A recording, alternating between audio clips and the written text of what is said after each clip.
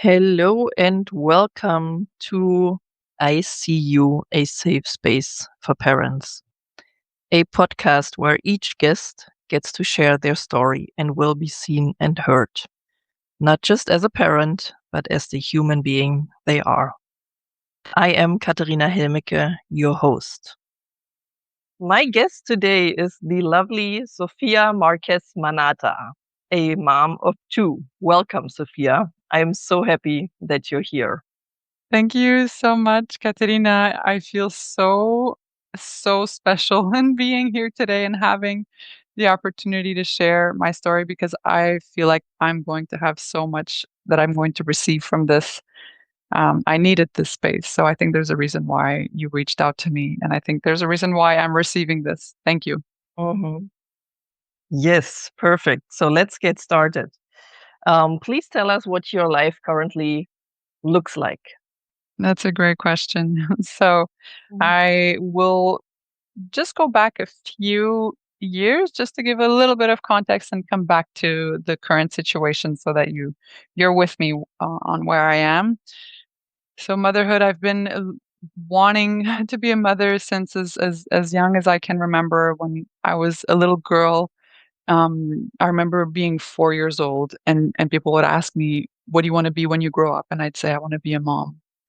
And this has just been in my veins since forever. So when I became pregnant with my daughter in 2020, actually in 2019, and then I birthed her in 2020, it really felt like, okay, I've reached everything that I needed to do in this life, and everything that will come after is just going to be bonus. But I was meant to birth this person. I was meant to give life to this human being and feel the moment of motherhood.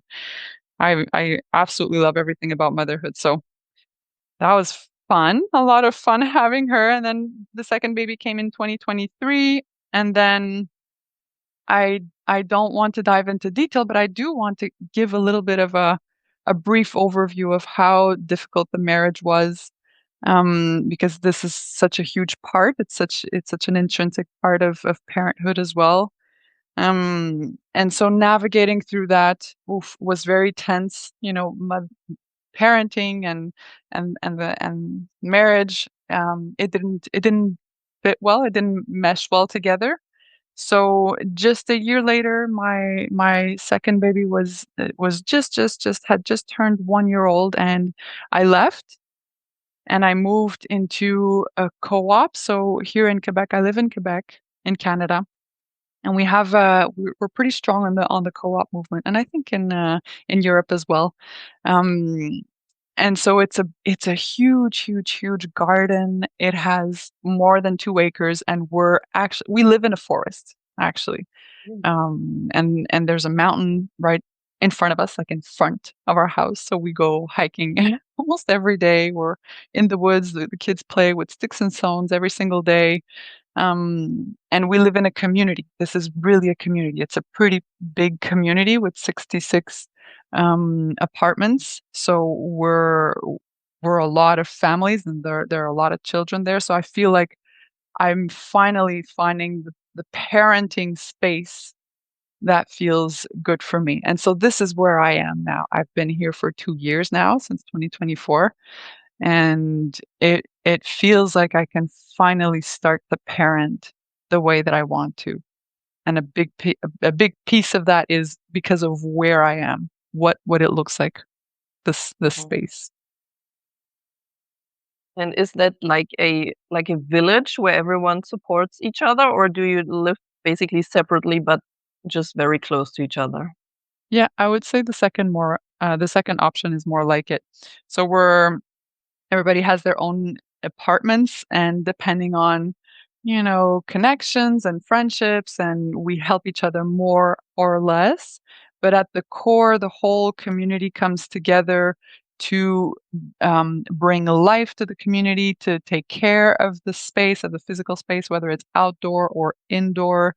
So we have regular meetings. We work as essentially a business, like a cooperative Mm. business, where we meet regular meetings, and everybody's invested in this business and working together. So So we're kind of business partners and neighbors, but like a big extended family all at once. Mhm. Yeah, that's such a cool concept. And, you said that now that you live in this space, you're finally able to become the mom that you want to be. How would you describe the mom you want to be? Like, what are the qualities that you want to embody as a mom? Oh, I love that, Katerina. What a beautiful question. And a tricky question too, because it's always on our minds, I find as parents, we always have this ideal of what we want to be, and it's so hard to reach. But I do feel like I'm so, so, so close to it now.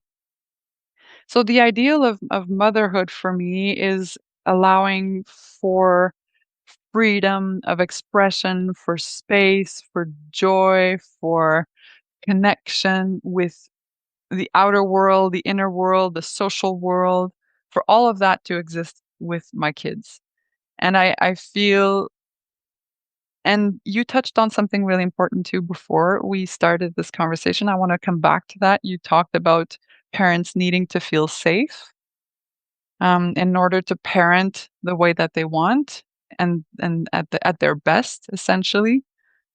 And so if I want my nervous system to feel safe and to be calmed down so that I can then create space for my child to also play and feel safe in the world, um, there are a lot of things that were needed.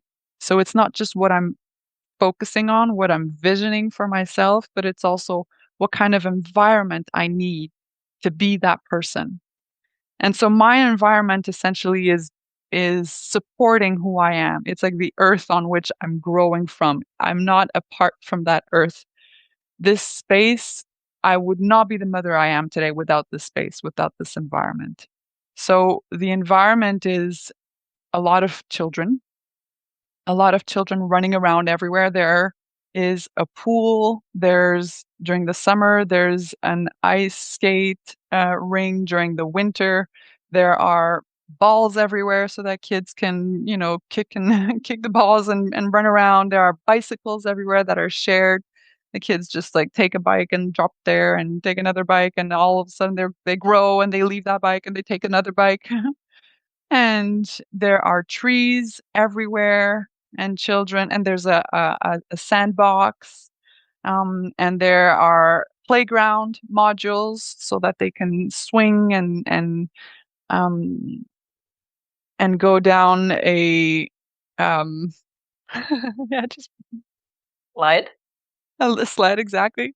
And so the children have this physical space that feels like freedom. That feels like all of this is mine. I can go there. It's huge. Also, there's so much space, and there are other children coming and playing. So I get to be a good mother when my children can open the door and run, and I feel like it's safe for that to happen. They can just open the door and run outside, and I'm like, yes, that's perfect. There's no danger. There's no risk. You just go. And they run outside, and then they meet their friends. They meet their friends that they see daily and they know daily, and they're growing together, and they play, and then sometimes they're sad and sometimes they fight, and they have to learn how to talk and communicate and set boundaries and say no and be friendly and share and say hello and meet new people, and they're learning all of that. It's like it's them always learning and developing themselves as human beings because of the community. So, for example, if they're misbehaving, all of a sudden they're, screaming at the top of their lungs because they want something, and I said no. Well, it's not the right time. We can't do this now, or well, you can't have this now, and all of a sudden they'll start a fit. It's so easy for me. It's so easy for me to just sit down by them and be like, "Do you notice all these neighbors? Yeah, they're all here witnessing what's happening. Do you think that it's fun for them? No. So what could we do instead?" And all of a sudden, they just the social awareness, the awareness of the social space that I'm not the only one being there to support them, but there's so many people that they're in relationship. All of a sudden, that allows them to come back to their senses and act as a social individual in relationship with other people. Oh, it's true. If I do this, it's like I don't want to I don't want my neighbors to see me this way. So how can I say what I want in a calmer way, in a more mature way? And they've grown so much out of that. So the environment has really built the mother that I am, I find, in so many ways. The other adults also being present here helped me a lot because everyone is very different, obviously, but everyone has a sort of similar vein of how to approach parenting, like a very free, let the child be free, but obviously there are limits to what, is acceptable and not acceptable. And manners are important, and saying thank you and saying please and talking respectfully with others and sharing and being inclusive, all of that. Everybody has those values, those same values of what it is to be a good human. So it's also very uh, comforting for me to go out there and parent with all of these witnesses and parents and adults around me that are, I know, saying the same message I am. Whether they're saying it out loud or they're saying it in their mind or they're just standing there beside me while I'm, you know, setting limits with my child. And I see the other parent is like, yeah, you better listen to mommy, do what she's telling you something important, and they'll just repeat the same thing or they'll say the same thing to their child or, "Yeah, we have to share here, that's how it is. You don't wanna share, what like, play a little bit with it, and then after that, you share your toy. That's how it is." So all of that has created a system and a space for me to be the mother that I wanna be. Mm. Mhm. And is it always very similar, in terms of the values, when you look at the other parents, or is there sometimes a parent or several who have, like, very different values that you would not, like, want to embody yourself? It's funny how this just so happened, but I don't feel like we're so different at all.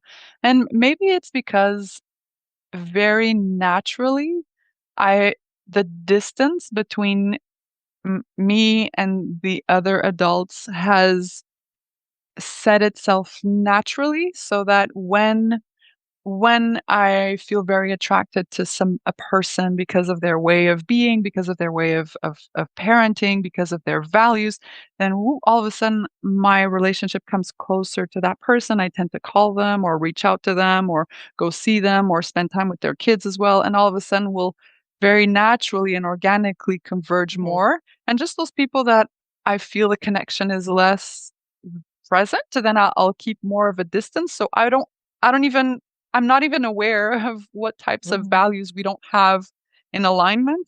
I just don't feel the connection, and therefore the distance is greater. And in that greater distance, it just creates space for whatever it is that is in alignment between the both of us to exist in it's just smaller, maybe the that alignment is just in being polite when we see each other and we just say hello, how are you? We spend 2 minutes exchanging news and then we go on our separate ways.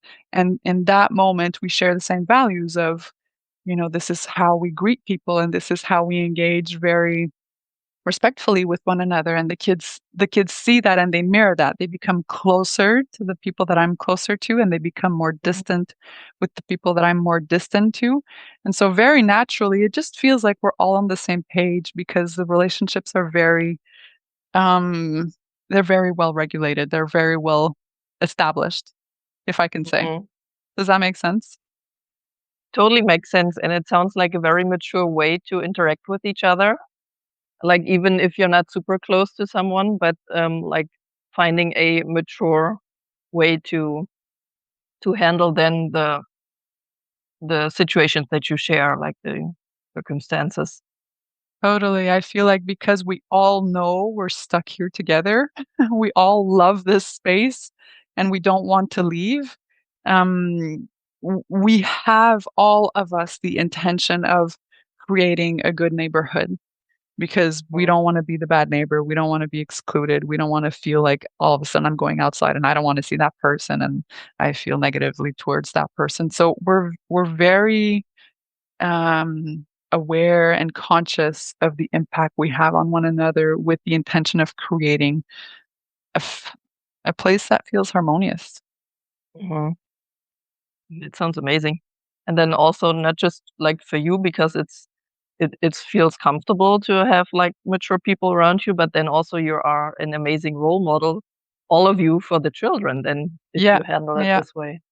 I totally find so. I totally feel like the children, I feel so safe letting them go outside. I know that they're in a safe environment. They're in a safe community with people who will say the same things as I will say if Mhm. I'm not there, and put them back in, on a good path if they're taking a wrong Mhm. path at some point.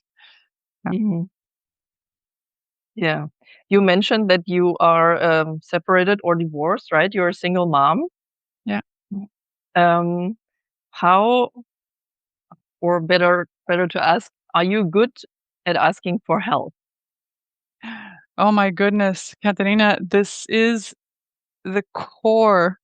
It is at the core of my attention right now, and I've been doing so much reflection on this since I have left that marriage. I left in 2024. We moved here, and it became so clear that I could not do this on my own. It was like I already knew when I had a child in 2020 when I started.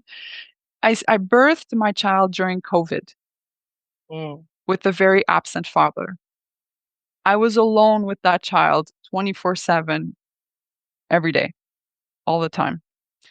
I didn't have family, I didn't have friends. There all the services were closed. I tried to get services even on the phone, even that was hard. I was alone 24/7 with that child. So I knew before entering maternity that I needed a network, and life just so happened that it was extremely difficult for me to implement it when I did get that child. Um because of the marriage that I was in, but then also COVID. And so that became my my number one priority as I left that marriage and moved here in 2024 was to build myself a network of people that were going to support me.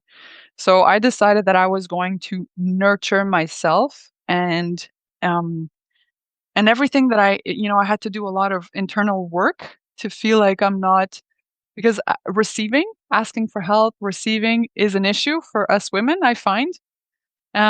So I had to really push through all these obstacles of, I can do this on my own.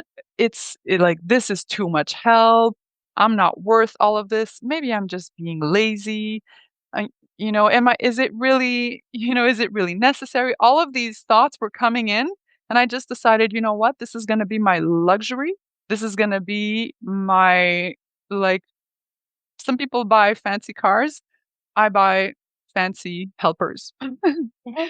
And so I decided that I was going to get everyday support from someone that would come. And very quickly, I was lucky to find someone that came every day, 2 hours a day, to help me with everything that you can imagine, in parenting. So the cooking, the cleaning, the caring for the kids, the everything. And as time grew, that team grew as well. So I went from one person to two people. Now I'm up to three people. But if you count in total the people that are there, sometimes punctually that have been there that could come back, and that all in total, I probably have around 7 people around me, and I'm still looking to grow. I'm still looking to grow. And it's funny that we have this conversation today, Katerina, because this yesterday was Mother's Day here in Canada, first of all. So I was very blessed to um, spend some time nurturing myself. The kids have come back to see their father these past few months, once every other weekend. So I feel like I was very blessed that it was Mother Day's weekend that they were with their father and I could just nurture myself. So I went to the sauna, I went to the jacuzzi and just really released all the tensions because this past week I've strained my back. So I woke up one day just from the pressures, right, of parenting. My youngest one is 2.5, and so I'm always with him in my still in my heart, in my hands, in my arms, but he's starting to be pretty heavy, right, for a 2.5-year-old little boy. He's a good eater, and so I felt my back telling me, "Ugh, this is starting to be heavy. Like, maybe you shouldn't take him so often." But he loves to cuddle and he loves to pick me up and he'll take me and wrap his hands around my neck and he'll be like, "Mommy, mommy, are you my friend? Are you always my friend?" Like, how can I not take him? It's so hard. So Oh. so I would just keep doing it, and then at some point I woke up, um, a week ago, and I just bent down a little bit and I couldn't get back up. And I was bedridden completely. I was in bed, I couldn't move, I couldn't, like, do anything for the kids. I was like, "Kids, like, I'm sorry, you're gonna have to feed yourselves, you're gonna have to go to the bathroom alone, you're gonna have to do you, but right now I cannot move." And so I reached out to my network, and there were about, like, 10 people that came over that day, including an Oh. osteopath that did an emergency intervention on me, an emergency treatment on me, a friend that came and cooked, and another friend that came and took care of the kids, another friend that came in and just gave me a hot, water, not a bottle, but like,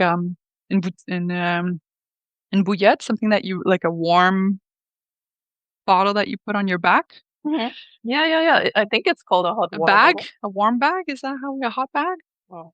So yeah, all of these friends coming in together to just help me, and it was so obvious, Katerina, it was so obvious in that moment, and I already knew, but this just became even more of a prominent focus in my attention. I need help. I need help. Like, these kids can't just count on one person. They need a whole community. And it just so happened on that day that I was bedridden that my community here at home had created an event where children could come and plant seeds, or take some of the plants that had already grown and bring them back home and put them into little vases and pots, and so that we could eventually start our gardening. So there were so many people outside and the kids were just coming in and out and in and out with their, like, plants, and, "Look, mommy, this one is for you, and I'm gonna plant another one, just, like, I'll be right back." I don't think they've even noticed that I was in bed all day because I had that community. Mhm. So, yes, I've become better at asking for help, but definitely this was something that I had to push through and work on. Mhm. Yeah, I love that you are intentionally seeking for help and support and community. And I think it's so interesting that receiving, which is the most feminine energy, is so hard for most women because of the Right, way we are socialized, right? The way the society right. is structured and what we have been taught as women. Thank you Um, for sharing that, Katerina. and I think it's so important for other, especially moms out there, to know that you are not supposed to do it alone. It's No. the narrative is always like, okay, you have to like just push through, you have to be strong. But no, that's not the way. It's you don't have to do it alone. You can ask for help. It's valuable not just for you, also for the kids to have a community of people to depend on and several adults to look up to and to deal with. And I love that you're sharing this because I feel like lots of women um, don't allow themselves to ask for help.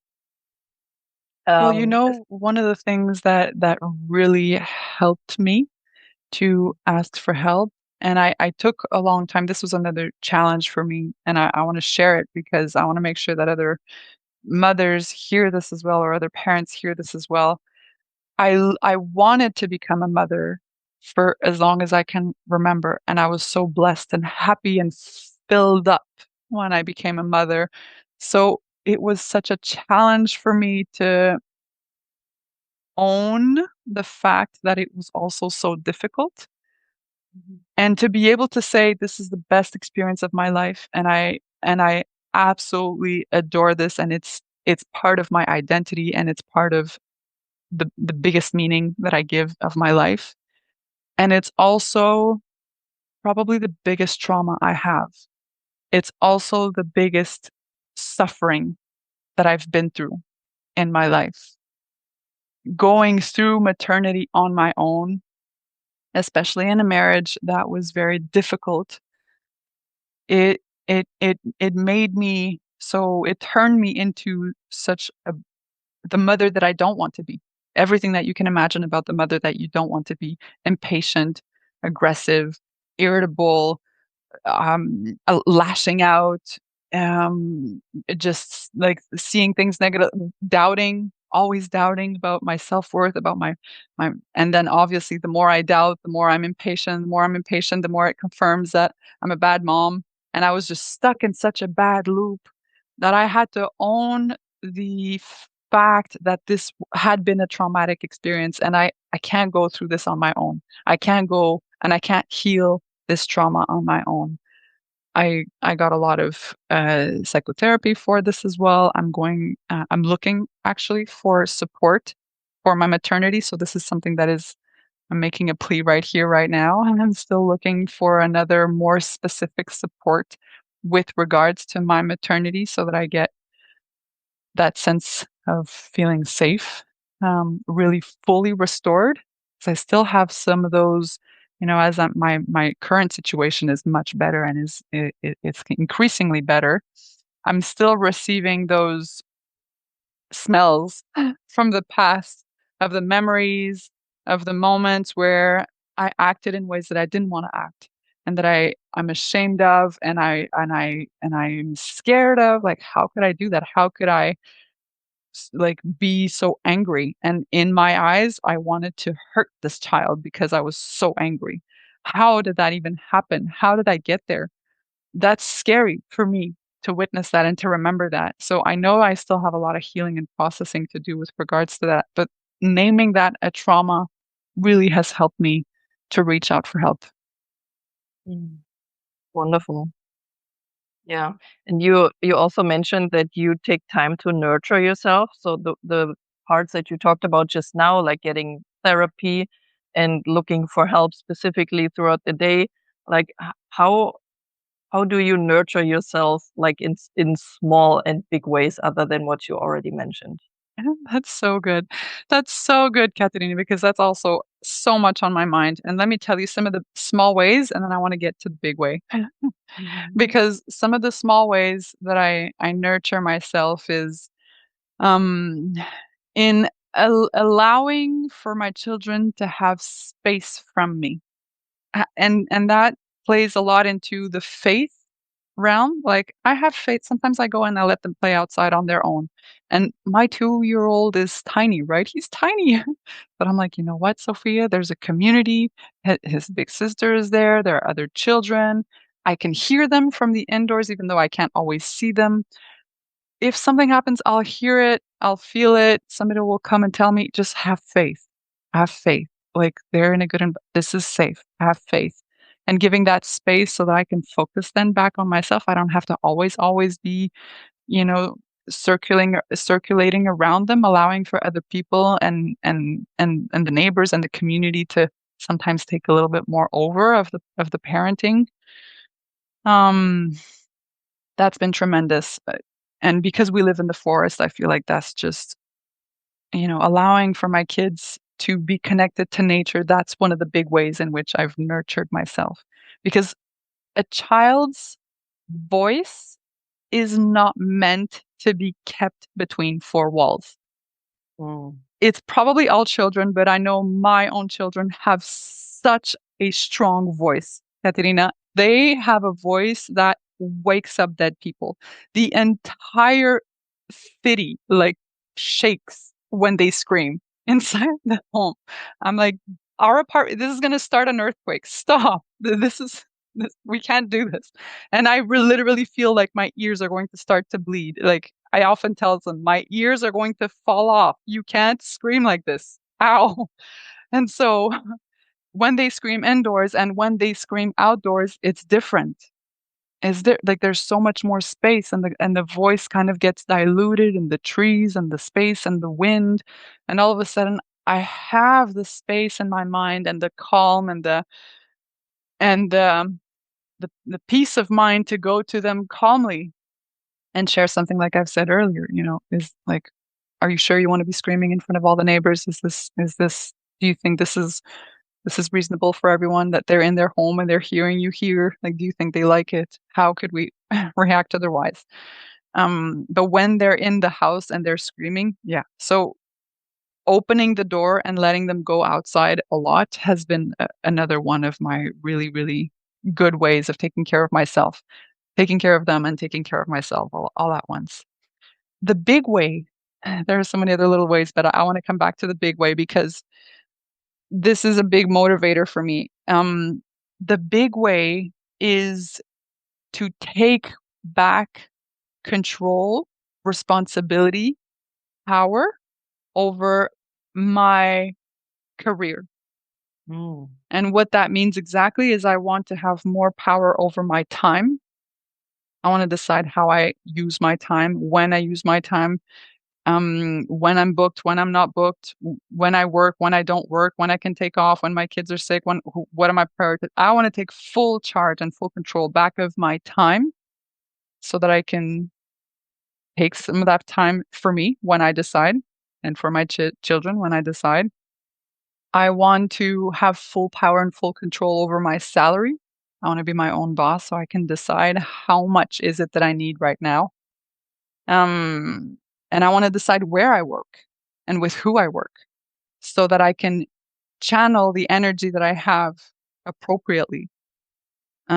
So motherhood has actually been the the greatest motivator behind the business that I'm starting, the coaching business that I'm starting, because I'm building a business that will revolve around the needs of the family, children's needs, my own needs, and then the business is going to revolve around that and support that. And I find women absolutely need a business that or a career that is protective, that protects their motherhood, that protects their own space, their own needs, that protects their own time. And this is not what we have in mainstream work, right? Mhm. So it's a very big move, it's a very big leap, but I feel like it's necessary for a lot of women Mhm. so Breaking that we out of can the old become, systems, right? yeah, we can become the good mothers that we want to be. Yeah. Mhm. Yeah, that's kind of my perception so far, that if you want to take full control over your life, that you somehow have to break out of the systems, which sounds really extreme, um, to think about this. I totally agree, Katarina. It's so scary to imagine that as mothers we become so vulnerable. We become so dependent.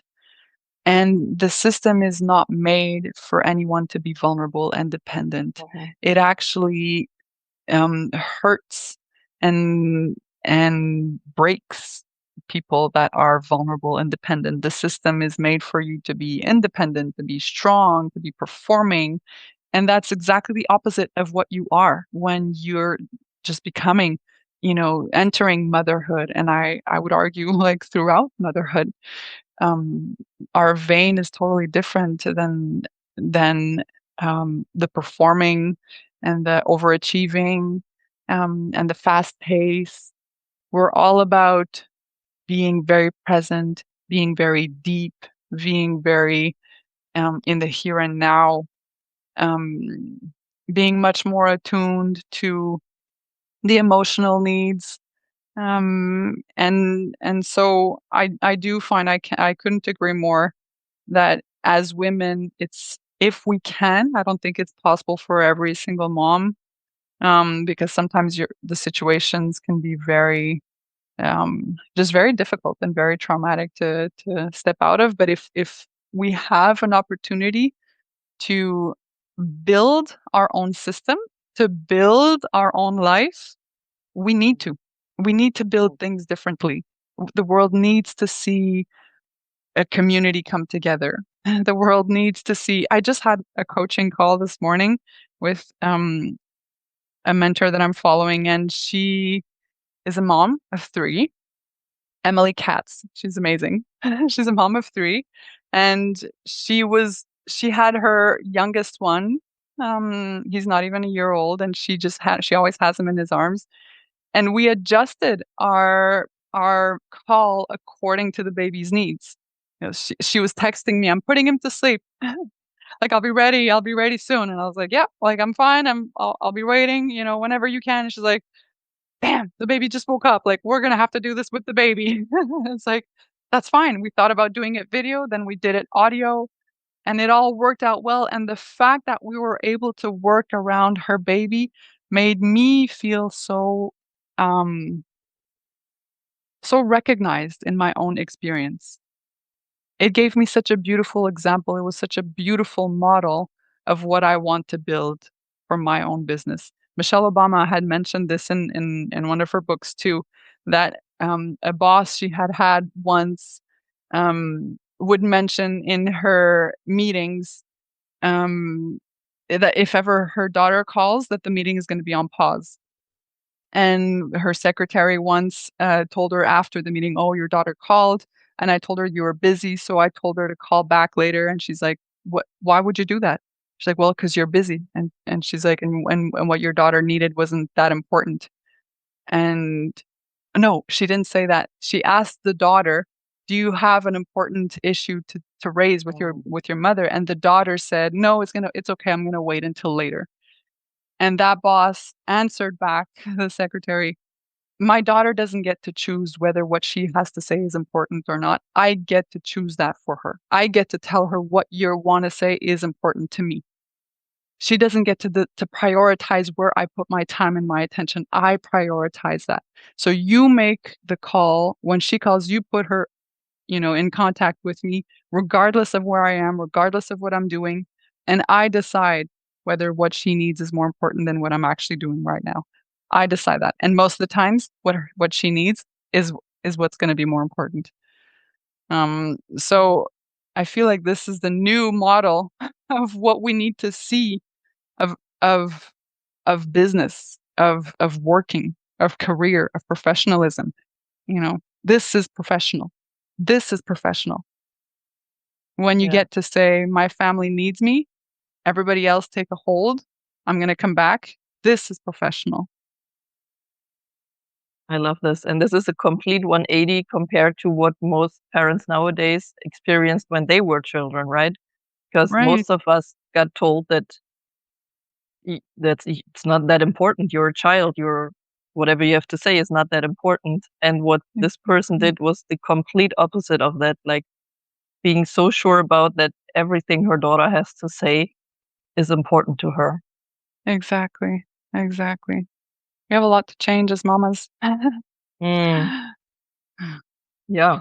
And it's important to acknowledge that uh, it's neither your fault as mamas or dads, nor is it a blame game for the previous generations. It's just to become aware of it and then decide intentionally how to move forward. Totally. Totally. Yeah. And it needs a lot of courage. We need a lot of courage, I find, because like you're saying, it's a big 180. And that's why I'm finding that, everything that is feminine, you mentioned that earlier. Everything that is feminine is about receiving, but everything that is feminine, not just the receiving part, the intuition part, the slowing down part, the taking care of your body part, the collaboration part, the connecting with others part, all of the feminine parts are missing from our current systems. And why are they missing? Because women have been crushed by patriarchy, essentially. So we need to re-empower women to put forth these gifts that we have that make us the feminine person that we are. And everything that we've been trained to see as weak, as bad, as wrong, as shameful, because it is feminine, now has to completely become the norm and what we value. And I find this resonates a lot with with with women. Like when you have this conversation with a woman, she's like, "Yes, yes, yes, I understand. Say more, please." Because we live in this world where we understand physically in our body what it means to not respect our bodily needs. And then we do that to our children, and that's terrible. We never want to do that. So that's the next focus of my career will be to really empower women, empower mothers to be as feminine as we can and to build systems that are based on feminine energy, so that we can shift the world. Yeah. And I am 100% convinced that with this kind of movement, with this change in the world, it will benefit everyone. Of course, it will not benefit the old systems, but Right. it will benefit everyone, the women, the men, everyone in between, the kids, our health, our education. It will benefit everyone if we empower women the way you just described it.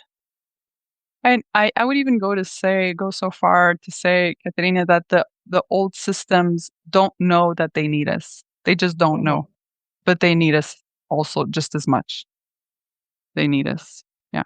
Yeah, I'm wondering if they will keep existing or if my guess would be that they will change. Like the systems, the way they are structured right now, will have to change to some capacity at least. Totally. Yeah. It's a big transformation that's coming in the next few years. We're lucky to be in a moment where all of this transition is happening, and we get to be the people that bring the answer. I see myself as that. What my body holds is the answer to what's needed to the future. We don't know what the future is because it needs to be different. It needs to be new. It needs to be completely, you know, new to what we've known up until now. So it's just like the creation piece is just so big. It has to be imagined. So let's allow ourselves to come back to our creativity. Hmm. Yeah, that sounds amazing. I would like to circle back to a part that you mentioned just on the sidelines before. You said being a mother is part of your identity. And I'm wondering what other roles you have or what else is part of your identity. You also mentioned, of course, you're a woman and you are an entrepreneur. And would you share with us, like, if you have more roles or more parts of your identity, and how much room do they all get? Beautiful question, Katrina. This space is so valuable. We get such little space for this as mothers like this feels like a therapy for me. I want to thank you. This Mm, is really precious. This is really valuable. Just the great questions that you have that spark reflection, that allow me to speak and that allow me to discover myself through speaking because we don't always, listen to ourselves. mhm, The thoughts go by, but we don't always like take attention, give them the attention that they need. There's a huge identity of mine that I want to share here because it's it's so important, and I've struggled to identify it, name it, make space for it in my day to day. And I'm hoping that in starting to talk about it and starting to bring it forth here, it will become bigger and bigger and bigger. One of my identities that I want to give space to and I want to give movement to is the identity of the. I haven't even called her yet. She doesn't have a name, so let me think about that. Um, Something along the lines of the resistance, the social justice, the change, the creator. Um, and a big piece of that touches a little bit of my work and just the way that I mother. I find that we see sparks of her here and there because in how I parent, in how I take care of my body, in how I build my work, and how I build my career. All of that is resistance to the system, to the norm, to how we usually typically do things. But I really want to take it a step further. And a big, big, big value of mine is our connection with nature. Our connection with nature. I saw that, I've explained that through you, and I've felt it and I see it now more than ever, now that I'm connected to nature in my day-to-day. That is part of who I am. That is part of my, my everyday life. That is part of my children's life. I feel so much better and I feel so much more supported, and my kids are happier, and so I'm happier. So, and we come from this past of colonialism, and I'm a Portuguese from ancestry. I was born here in Canada already, but all of my ancestry is Portuguese. And as Portuguese, were the first explorers. We were the first colonizers, and we were probably the most ruthless ones as well.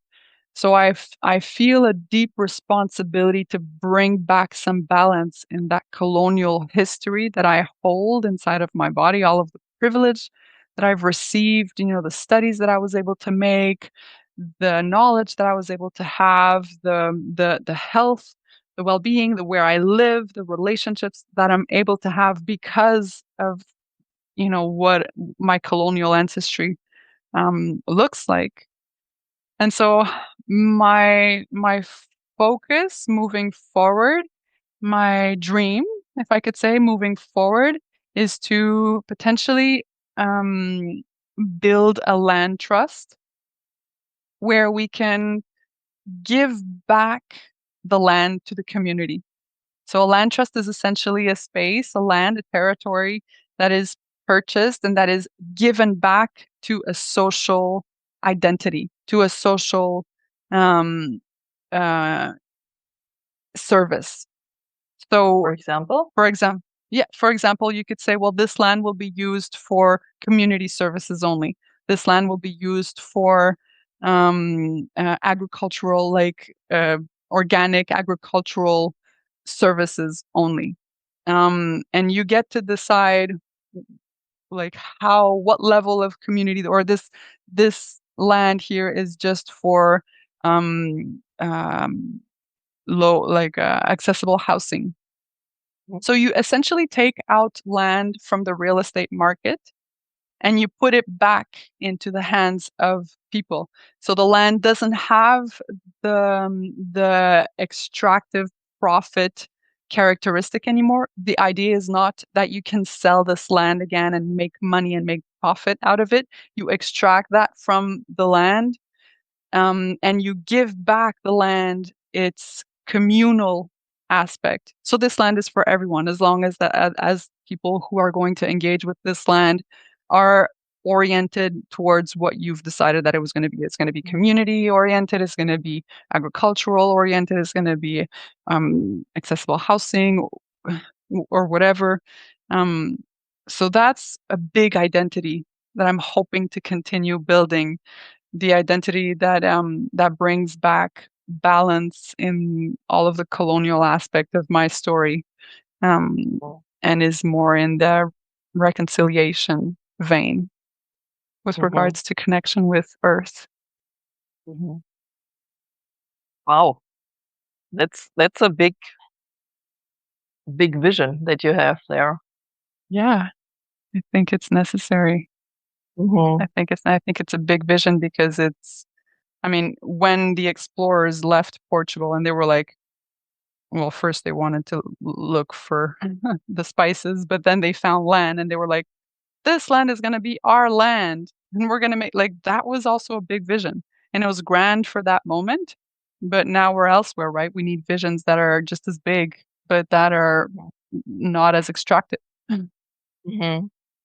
And it sounds like, correct me if I'm wrong, to me it sounds like you're healing something inside of you that you never broke. What do It's you mean like, by that? I'm curious to get to where you are, because that sounds beautiful. it sounds like there's some part of you because of your ancestry that is like, it is part of you, it is inside of you, and you want to reconcile with this part, or maybe with this part of history which is part of you now, by going forward and Yes. holding on to this vision. Yes. Yes, I totally feel like it's a part of me that it's like a little seed that was inside of me, my connection. I When we'd go to Portugal, it was like there are endless beaches. Portugal is just a big beach. And as a child, it felt like, oh my goodness, I could never run long enough to run throughout the entire beach. Like there's just too much space for me. And that sense of abundance and freedom and like overwhelmed by the beauty and the life of the ocean that splashes your face and wakes you up because it's so cold and there are salt that comes into your eyes, like all of that, a liveliness. I feel like it has always that seed of the connection with nature, the how much life and force and goodness it brings you has always been inside of me, but I just didn't know how to become an actor in protecting that land. So I do feel like, yeah, now that I'm hoping to start, watering the seed, my hope is that it starts to sprout out and actually come out of me. It's still very much inside of me. It's there, still not at the top of my priority right now. But it totally is something that I'm hoping to walk into so that it becomes a great forest. Like, how can we, my big vision is, having, I'm even scared to say it here. So having potentially the biggest land trust in Canada. Like, how Mm. can other women be part of this vision? This wouldn't be my vision. This would be a collective whole. Don't we all want this? Don't we all want the land to come back to a social service? Don't we all want that? We do. I just feel like this is a need that's passing by, and I'm just like latching on to the airplane, but the airplane is huge. Like, and there are so many people that need to be on it for us to go somewhere. Um, but yeah, I do feel like it's a big need of the world. Mm. Mhm. I feel like when you talk, you always come back a lot to other people, like your kids and now the world and the community. And how much space do you give just yourself, just you as this I human oh, being? you're so sweet for asking that. Let me take the time to sink that in. Let me take the time to receive that. I find that's a precious gift that you've just given me.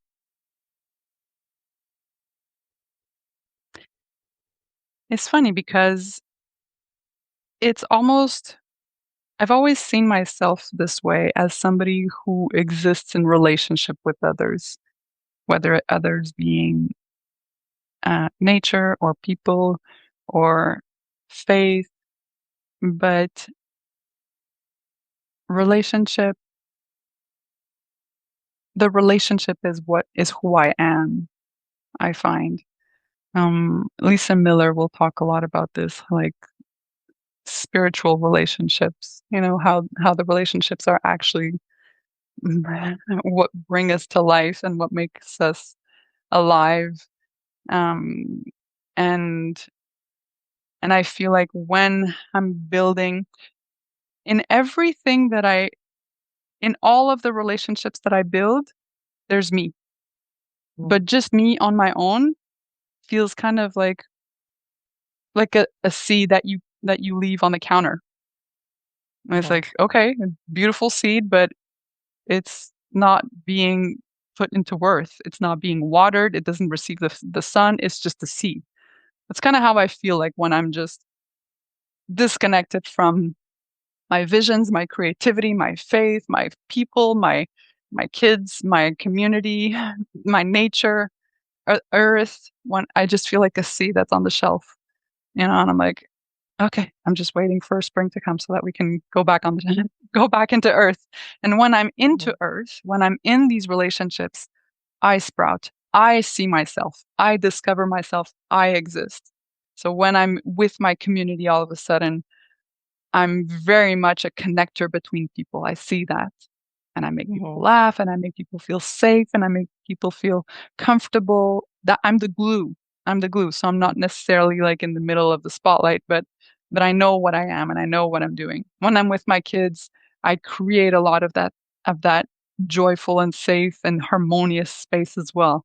I like to be there watching them. I like to have them come to me, jump to my neck and say that they love me and then run back out. That's like one of my favorite moments with my kids, that they feel like they can come in and out of the relationship and they're safe. And you see me through that. That's me. That's Mhm. how I'm a mother. That's how I parent. That's how I'm in a relationship with my kids. And then when I have this vision of building the biggest land trust in Canada, um, it's it's me at my deepest core. Um, it's the social justice that is so important to me. It's the healing of the colonialism that's so important to me. It's the connection with nature that's so important to me. It's the giving back strength and power to women that's so important to me because obviously it's women that are going to run this. Um, and so does that make sense? Like I'm that seed and all of a sudden I'm sprouting because of these relationships. And I discover myself and I see myself because I'm in relationship. Mhm.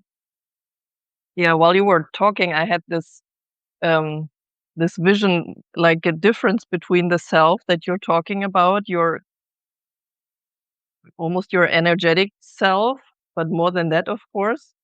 And then what I was wondering is how do you take care of your body, of your earthly body, like the person you are as you are right now? Yeah. Yeah. That's such a valuable question. And Mhm.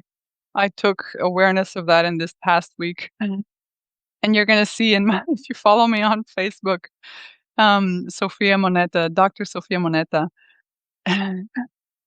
you're going to see all of the things that I have done to my body recently that have helped me heal from from the overload. My back strain was essentially the overload.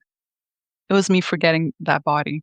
So yes, totally, I totally need to bring more body. So I've been working a lot more in the stretching, resting, recovering aspect of taking care of my body.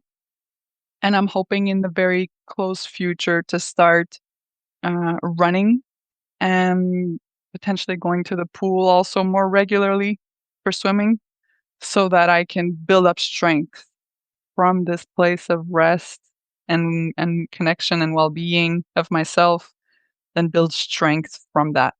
So that's um my next path. Thanks for reminding me, Katrina. Yeah, I feel like that can happen pretty quickly when we are like women the way you are, for example, the way you talk about your experience here on this earth with a big mission and a big vision and then everything is like very floaty, very energetic. And it's also important to get back into the body and then realize that we are here with this body right now. And in order to make the vision come true, we have to take care of the body very well so we can do all those big things, right? That's so valuable, Katrina. Katrina, I'm curious to know what is the greatest advice that you give to parents? What is it that comes back on and on and on? Because I know that you follow parents that you hear yourself repeating to mothers all the time. Mm. I would say it's the reminder to every single parent that I talk to that they are a good parent. Mm. And how And they it, need to be reminded of that. yes, and I think that at the core of this is to separate. separate the behavior from the person. So just because I messed up, just because you yelled at your child, does not make you a bad mom at all. Mm. And the core is always good. And I think that's one huge part and the Mm. most frequent reminder that I tell parents. I might just give you a call more often, Katerina. This is very valuable to hear. I appreciate you giving that piece of wisdom. Yeah. I mean, there's so much advice when you go to the strategic, to the behavior parts. There's so many things that you can give advice, but I feel like in my work, I always come back to the person in front of me, and that's the parent who I talk to, and basically embodying an energy and acceptance and unconditional kind of love that they have not received in the past. But my work is to do it only as long until they are able to do it themselves. That's the ultimate goal, to help them on a path that they can hold themselves in that. This is beautiful, Katerina. You're making me travel back to yesterday. So yesterday was Mother's Day here in Canada, as I said earlier, and I was speaking to my own mom and was telling her how amazing she was, and all of a sudden she turned and she's like, "Sophia, you are such an exceptional mom. You need to know this and you need to hear this. You are such an invested mom. You give so much to your kids. They're so lucky to have you." And I I burst into tears. It was I needed to hear this so much, and especially from my mom. Who's the best person to tell me that I'm a good mom Mm. than my own mom, where I learned all of this from. Um, so hearing that from her was very, very emotional and very uplifting for me. I see how that's something that comes back on and on and on again into your work. Yeah. Mhm. Yeah, that's so beautiful that you have this relationship with your mom where she's able to tell you this. And I feel like lots Yeah. of parents don't have that relationship to their own parents. And so I come in with my work and Yeah. and Yeah. and help them to realize that how good they are at their core, and if they are convinced that they are good, how much more good they can do for themselves and then consequently for their children as well. Because starting this parenthood path totally feels like you are a baby. I'm a baby at being a mother. I have no idea, no experience, no training, no nothing in what it means to be a mom, and now I have a baby in my hands. So I felt like that. I felt like I was a baby. My body was completely um my body was like I had just birthed, everything was hurting, I was still bleeding, my breasts were hurting, like, my body feels like I should be in the hospital right now, and I have this baby to care for. I have no idea what I'm doing, I don't know where I'm going, I don't know anything about what I can do and what it is to be a good or a bad parent. I feel like I'm such a child, and here I am needing to take care of a child. It felt so overwhelming. So, yeah, what you're saying is really important. We do need to be parented as parents, I find.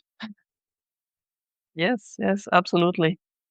And the way you just described how it felt when you had your first child, especially with the first one, but it's probably very similar with the second one, that you're doing this for the first time, you have no clue whatsoever. And that's also the part why I think it's so important to always stress that it's not blaming the previous generations because they were doing it for the first time as well. It's simply acknowledging and becoming aware and then moving forward intentionally. And in this day and age, we have such an easy way to connect with each other and to learn and to pass on the knowledge that maybe the previous generations did not have.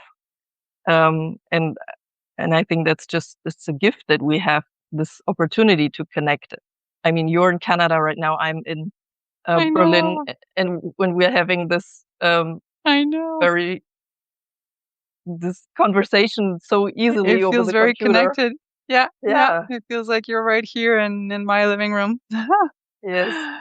absolutely, yeah. I appreciate this connection. It's a lot of it's a big gift. Mhm. All right, my dear. I feel like that's a good point to get to the very last part, which is three rapid fire questions that I have for Okay. you. Okay. And the first one is, who inspires you a lot currently? Oh, currently I'm in the midst of being coached by Melanie Ann Layer, Alpha Femme, and she's in top of my mind right now because I she overgives so much, and so there's always a new video that I have to watch, and there's always a new comment that she's made, and there's always something new that she's built in the community, and she's really my currently my greatest mentor and who I'm becoming as a coach. Oh, yeah. Well, talking about this, we will, for the listeners, we will put all the links and the information in the description so you can reach out to Sophia and then also check out Melanie. And Totally. yeah, so you will have the opportunity to reach out. The second question for you is, what is your favorite thing to do when your kids are not around? It's probably sleep. Sleep, like, and I guess I wish it was sleep actually because I always find something more interesting to do than sleep. But stretching, like just breathing, trying to meditate, but my meditation looks more like, "Oh, it's true. I have to do that. Oh, wait, I have that. I can't forget this." And I interrupt my meditation all the time. But yeah, I've been connecting with myself in an emotional way and physical way, like stretching, Mhm. breathing, meditating, hopefully like closing just a little bit my eyes. That looks like it. Mhm. Yeah, it's such a mom thing. Let me just take a breath. That's it. I Yes. couldn't breathe. Haven't taken a breath for the past weeks. Let me just Yeah. breathe. Yeah. Okay, and the last one is, what is one message you would love to leave with all the parents out there? Delegate.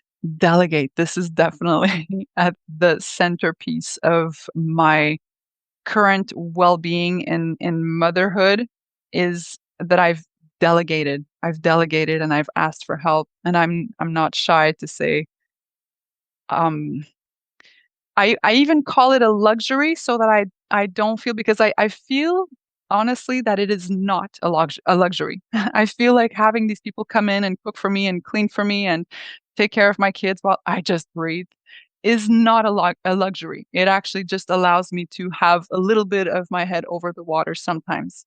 But I still have to call it a luxury in order for me to feel like it's okay to pay somebody to come in at to my house every single day, sometimes even weekends, sometimes even evenings, and even sometimes I have 2 people over. I have one cooking and one taking care of the kids so that I can focus on something.